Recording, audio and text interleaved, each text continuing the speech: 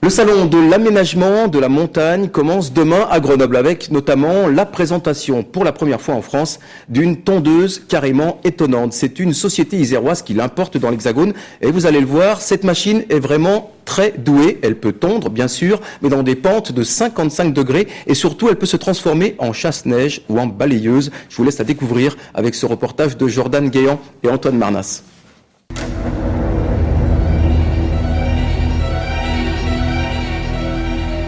Non, ceci n'est pas le dernier prototype de la NASA pour conquérir Mars. Cet étrange appareil n'est en fait qu'une tondeuse.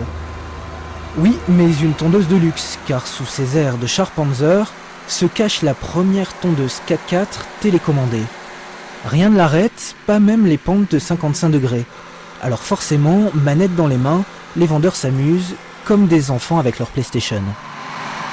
C'est à peu près pareil, oui. On a un système de télécommande sur lequel on retrouve la direction, donc avant-arrière, droite-gauche. Et là, on relève l'outil, on baisse l'outil, direction droite, direction gauche.